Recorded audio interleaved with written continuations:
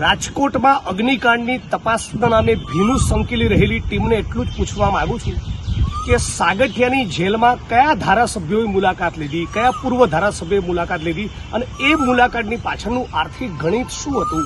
એ ધારાસભ્યોએ કોના નામ ખોલવા, કોના નામ નહીં ખોલવા, ભાજપના કયા પદાધિકારીઓને સાચવી લેવા, એની શું ચર્ચા કરી, એ પણ એક તપાસનો વિષય છે. અને ખરેખર એસીબી અને પોલીસ જે તપાસ કરવા ગઈ જે રોકડ રકમ મળી એટલી જ મળી છે કે એનો વાસ્તવિક આંકડો કોઈ જુદો છે? અને એ સાચી રકમ જે મળી એમાંથી એસીબીએ તપાસ કરનારી ટીમે પોતાની જોડે એક રકમ રાખી લીધી કે કેમ? આવા બધા ગંભીર સવાલો છે. રાજકોટ પોલીસના કેટલાક સૂત્રો પાસેથી મને માહિતી મળી રહેલી છે.